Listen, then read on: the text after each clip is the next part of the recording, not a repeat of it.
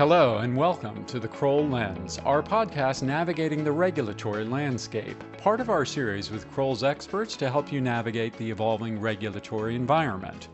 As an award-winning provider of compliance and regulatory consulting services to the financial services industry, Kroll helps clients develop, implement, and manage their compliance and regulatory consulting programs. Hello and welcome to the Kroll Lens Consumer Duty series, featuring technical discussions with guest subject experts focusing on the consumer duty and its impact on regulated firms and consumers. I'm Matt Austen, a Senior Vice President in the UK Regulatory Consulting team, and I am your usual host. First deadline for the implementation of the consumer duty by regulated firms with new or existing products and services has now passed. We are approximately 1 week into the new rules taking effect. With this in mind, we wanted to explore the practical and likely impact on the intended beneficiaries of this new regulation, the retail consumer. To help me get under the bonnet of this topic today, I'm pleased to be joined by an external guest, Claude Weston of Casterbridge Wealth. Good afternoon, Claude. It's great to have you with us today. Good afternoon, Matt. Thanks for having me on. Claude will be offering his insights both as a seasoned member of the compliance team at Casterbridge Wealth and as current chair of the Compliance Officers Forum, to which Kroll also belongs. Claude, thanks again for your time today. I know it's a busy period, so your input is greatly appreciated by us here at Kroll. I know Casterbridge, like many firms, have been using the consumer duty as an opportunity to reflect on their relationship with clients, almost, you might say, using it as a catalyst for reflection and change. With this in mind, and I guess thinking about the wider economic challenges that exist right now, how do you think the enhanced standards that the consumer duty brings will translate to better outcomes across broader financial services for consumers? And of course, any examples from your own experience in the wealth sector? Absolutely. I think one of the biggest elements is really the avoidance of foreseeable harm. I know that's not the only element, but if you look at that and then all of the other elements that cross over it, that's where I think that it's the industry's got the biggest job and also the greatest opportunity to demonstrate how they do things so well already. For us, I think that one of the key things that we've identified from our sort of assessment and preparation for us going live since the 31st of July is just around the quality of our communications with customers and their sort of ongoing support. Generally speaking, judging by the feedback, our low count of complaints, we believe we do quite a good job, but that doesn't mean that we can't improve further. And that's what we've been using consumer duty implementation sort of run in to really do for us. We found for us it's been more of a fine-tuning element. I think some of the bigger firms out there that may have had a legacy of some lesser sort of good practices have probably got a bit more work to do culturally. But yeah, that's the sort of first elements. Lovely, thank you. And I guess perhaps just as a follow-on question to that, there's a little bit more onus now being placed on outcomes rather than process. And I've heard a few commentators on consumer duty comment that, you know, the difference between TCF and consumer duty is that with TCF it was a bit more about being able to show you'd followed a process. With consumer duty, the FCA is perhaps a bit less concerned on the process and more on actually what did the customer experience. I mean, would you kind of agree with that interpretation? And how have Casterbridge kind of gone about defining what good outcomes look like? Yeah, absolutely. I would agree with the sort of overall element that TCF was much more sort of have you followed process to get there. Whereas very much the aim of the consumer duty is to ensure that clients are getting a good outcome at the end, even if firms are saying, well, we followed a good process before. If it doesn't get you to the right place at the end, then it wasn't appropriate. For us, so I fully agree with that. And from Casterbridge's perspective, we clearly follow TCF and use that where applicable to our sort of products and services. With regards to the outcomes piece, which is what we're looking at now, the focus on good outcomes, it's not too difficult for us. We're lucky. I guess part of it is because we're a fairly younger firm. We're growing our book and we have single digit complaints as such. Now obviously that can always change. However, the point is that we generally have very, very close relations with our advisor team. When I say advisor team, they're our first clients, our financial advisors. They're not connected to us. They bring us business. So us having good links with them and relying on them, they give us a lot of feedback. And so that's been happening pre-Consumer Duty in terms of communications. So they've been our sort of canary in the mine, if you like, as to a lot of the quality of our communications and our ongoing servicing. And thankfully, because we've fostered and built those good relations, and we've had a fairly good stream of feedback, not always what we want to hear, but nevertheless, sometimes those uncomfortable truths are the things that you need to take action to improve things. As I say, the key function for us has been around communication, and I think the best example we can cite recently, pre-Consumer Duty, but whilst in the midst of COVID, obviously we had things like the 10% drop letters. We got to a point where the regulator said, actually, you don't need to issue another, after you've done 3 or 4, another 10% drop letter, providing you can demonstrate you're maintaining good communications with your clients. So that was our segue really to sort of launch our quarterly investment briefings, which is what we used to do, still do, over social media to our client base rather than just open to the public. And that gives advisors and their underlying retail clients the opportunity to tune in, listen to a selection of our investment managers talking about particular elements. So that's just one example that I'd like to sort of share that we actually had down something we were doing before Consumer Duty, but it was a relatively sort of recent enhancement to what we do, and it felt that really, really fits in terms of communications. We've had fantastic feedback both from clients and advisors on that regard. So that's an example. That's good, thank you. And it was good to hear about what I'd say is an open-minded approach to complaints as well, Claude, being an opportunity to improve. Not just Consumer Duty, but many times over the years prior, even under TCF, I think I've lost count of the amount of conversations I've had with firms, often compliance officers, sometimes CEOs, who point to having no complaints or 1 or 2, and I guess the risk with that is a little bit of complacency sets in, doesn't it? In that we've got no complaints, therefore everything must be great. And of course, sometimes we know customers don't know that they might not be being treated fairly, and therefore that they should complain. So it's good to hear that Casterbridge are taking that, as I said, open-minded view that complaints are there, but actually they're an opportunity to improve and get better. There most certainly are, and there's a great, as you mentioned, there's a great danger if one only has a few, and you could argue for our time going, we only have a few. It does beg the question, well, are you identifying them and things along those lines? It doesn't take too long for things to come back round, but so that is something that firms should consider. And as you say, and actually from my early days of training back in the life offices, I was always taught, and I stand by it to this day, that a complaint is a gift. It's not really what's happened, it's how you deal with it. And so that's an opportunity to turn the advisor, the client around and help them understand that whilst you might not be perfect as a firm, you do actually have their interest at heart, and you can demonstrate that by how you correct things and work going forward. Lovely.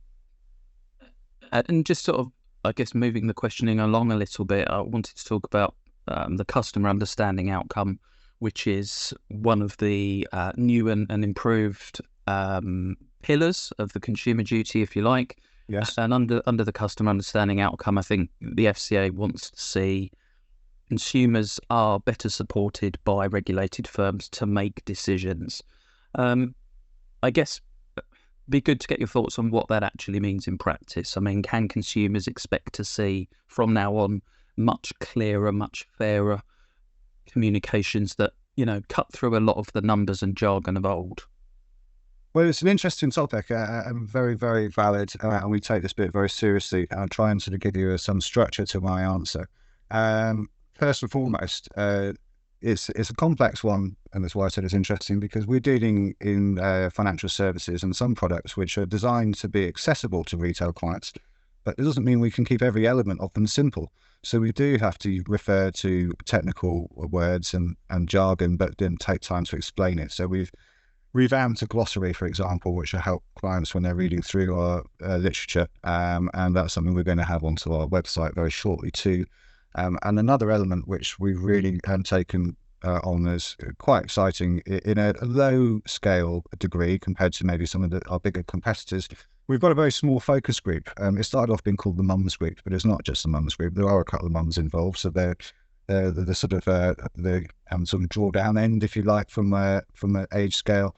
Then we've got a couple of people sort of in the midst, and then a couple of people have joined our forum who sort of in their sort of mid-20s. So what we've done is we've issued them with a sort of fairly chunky selection of our literature, from the most important things which are hard to get excited about, like terms and conditions, through to an application form and our brochures. And we've asked them to red pen all of this with regards to, does this make sense? Can you follow it through?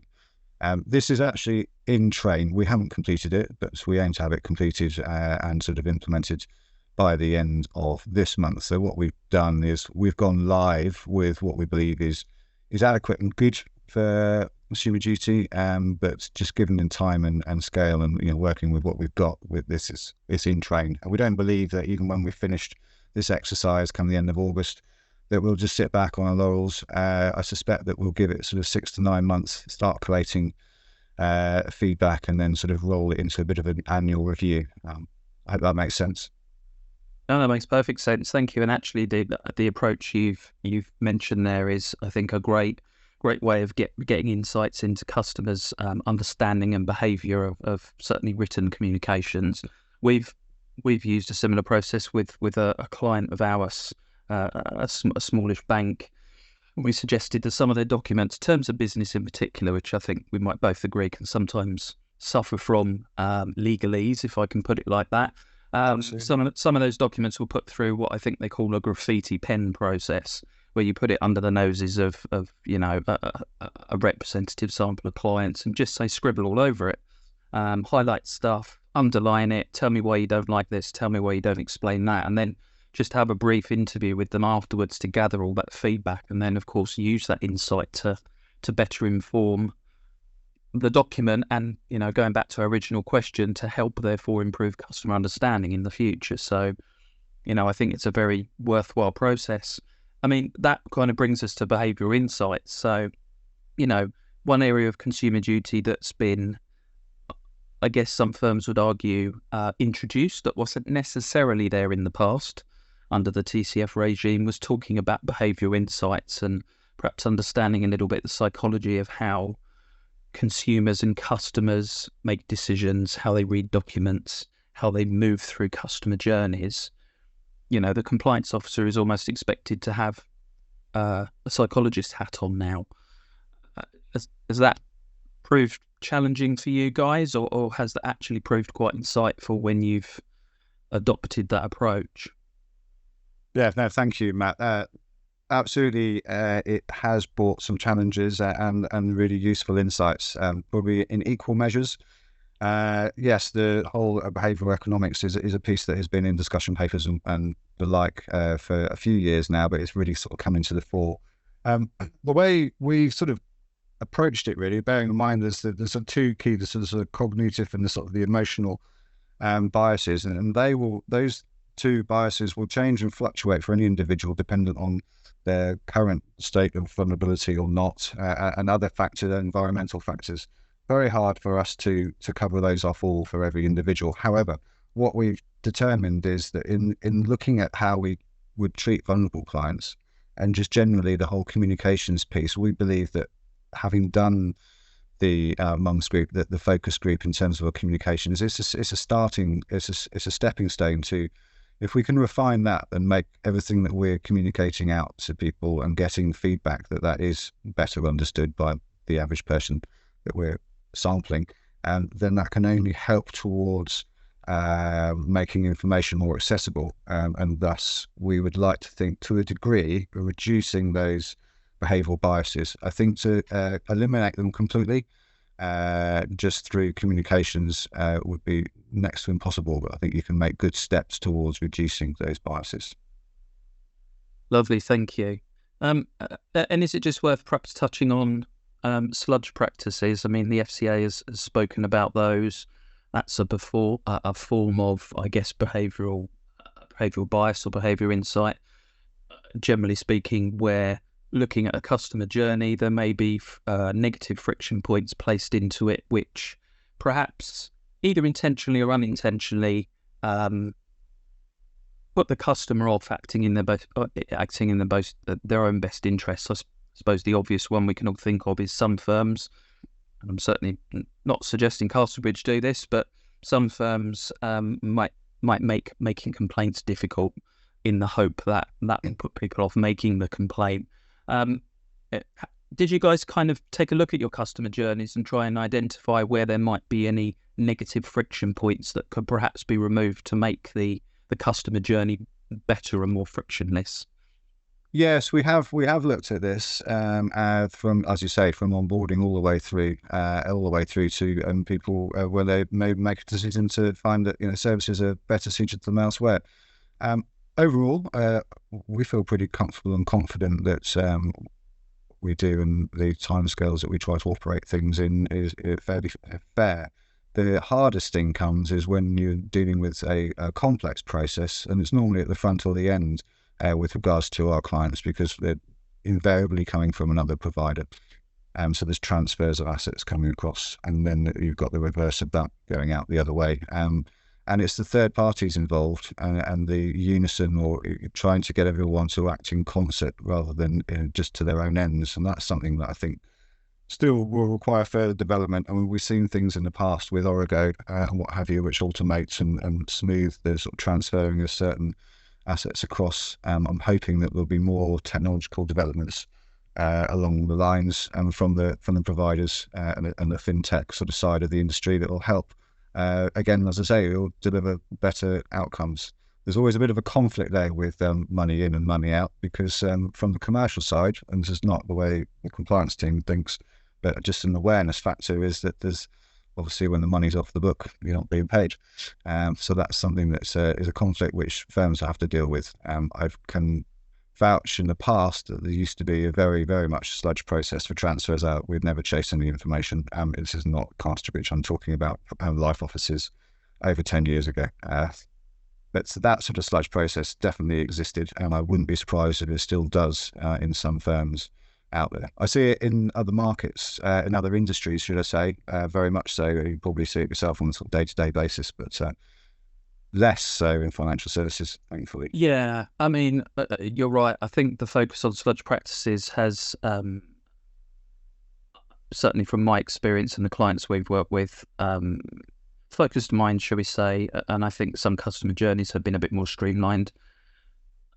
I think I started at the beginning by saying, those negative frictions can be intentional or unintentional. I'd like to think in most cases they're actually unintentional, and firms just don't quite understand how they may be making a client's journey difficult. I think the flip side is one impact I've seen for consumers that's been growing over the years is in the banking industry, which is with payments and positive frictions, where customers are actually encouraged to slow down and think in relation to money transfers. And yes, I suspect that both you and I, as consumers ourselves of banking services, have experienced where we've done a money transfer, we're slowed down, we're asked to think, we're perhaps asked to speak to somebody at the bank if we're not sure before we hit that send money button.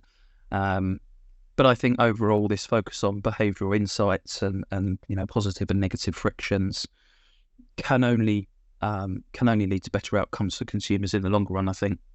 I couldn't agree more. Yeah, and absolutely, as you say, we've probably both experienced that on making transfers, online banking. It might cause you mild irritation initially, but then, from my perspective and yours as a compliance professional, here is an MLRO, and I think for a moment, okay, so they're actually trying to protect me for some fraud here. So absolutely, I'll take that few seconds or a minute to delay for the fact that I'm being looked after. Exactly, and I think that's an interesting point, because I've had, through the consumer duty process, I've had a couple of clients say to me when we've discussed positive and negative frictions, and I've given those positive friction examples, well, I'm slowing down a customer, so surely that's a poor outcome for them. And I've said, well, I think you have to look at the bigger picture. What's the worst outcome? Slowing them down for a few seconds, or them transferring some money to a fraudster that they don't then get back? Overall, the FCA has said that actually, as long as the positive friction does lead to the potential for a better outcome, then they're quite happy for, customers to occasionally be encouraged to slow down and reflect. So it's a good point, though. Absolutely. I think just moving on as well, the FCA itself has intimated that the shift to outcomes-based regulation holds a potential opportunity for regulated firms, in that a less prescriptive and more flexible regulatory framework should result for firms and the regulator to work with. In other words, they're not going to have to write so many rules in the future or intervene as often. I guess with that in mind, what advantages might this flexibility have for consumers in the future? Well, I would hope that where firms gather a confidence in how they implement and deliver consumer duty, that's going back to the outcomes-driven piece that we talked about earlier, is the fact that they will focus on where you end up rather than how you get there. And if that means that they can refine processes, within compliance, of course, to prevent costs or reduce costs in a process or a journey, then naturally one would hope that those savings, some of which will be saved for commercial reasons and others will be passed on to the customer.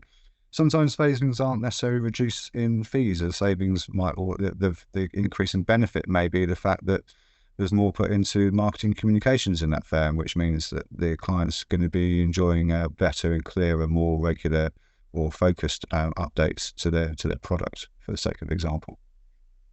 Yeah, and I guess, is there also the potential for less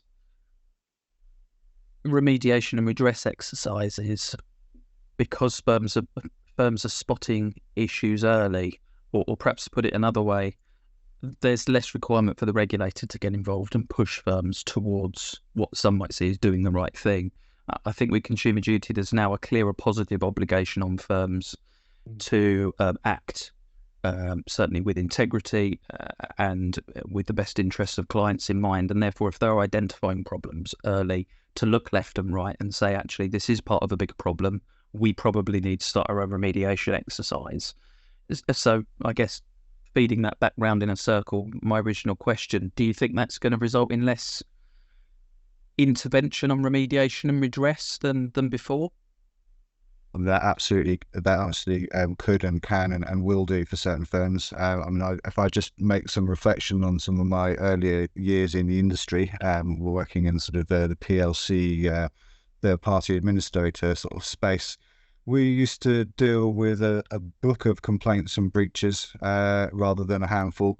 And I always used to question why we used to take so long or put such little resource into fixing these things, because I used to do some very simple sort of accountancy on time spent on the corrections, multiply it through by the number of cases, and you could see that there'd be huge savings if you cut your complaints and breaches book, by 90%. Let's accept the fact there'll always be slips and there'll always be complaints, because people can complain if they haven't got justification to do so. But that's sometimes a perception thing, which comes back down to communication. So that can be cleaned up that way. But absolutely, I couldn't agree more.